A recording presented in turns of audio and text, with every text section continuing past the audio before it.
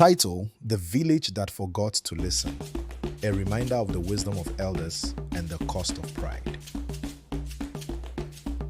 Once upon a time in the heart of Africa, there was a peaceful village called Obunde. The people were known for their unity, their laughter, and the wisdom of their elders. For generations, the elders guided the village with their stories, warnings, and advice. Life was good until pride crept in.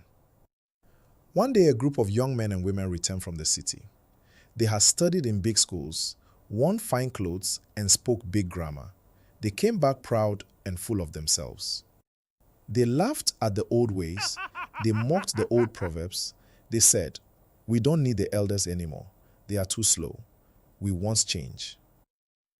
The villagers began to follow them. They stopped sitting under the big tree to hear the elders speak. Even children stopped greeting elders with respect. One day, the oldest elder, Babatunde, stood up in the market and said, "My children, I see danger coming. There is something wrong in the wind. You must listen." But no one paid attention. They laughed. "Old man, go and sleep. Let the youth handle it now." Babatunde looked into the distance and sighed. "When the drum breaks, you will understand the rhythm." One night, the sky turned black. The birds flew away. The animals ran out of the forest. A great flood came. Rain poured for days. The river that had always been calm became wild and angry. The villagers panicked. The crops were dying. The roads were washed away. No one knew what to do. They ran to the city people, but they had no answers. They tried their books, but the books were soaked. Someone whispered, "What about the elders?" The villagers found Babatunde sitting alone, watching the river. They knelt before him and cried, "Baba, forgive us.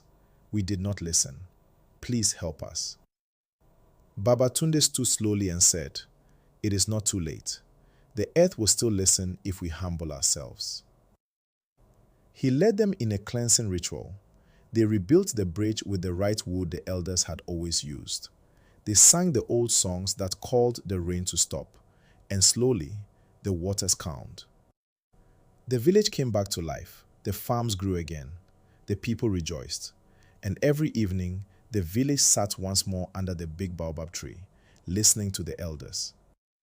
They learned that knowledge is good, but wisdom is better. That change is fine, but we must never forget where we come from.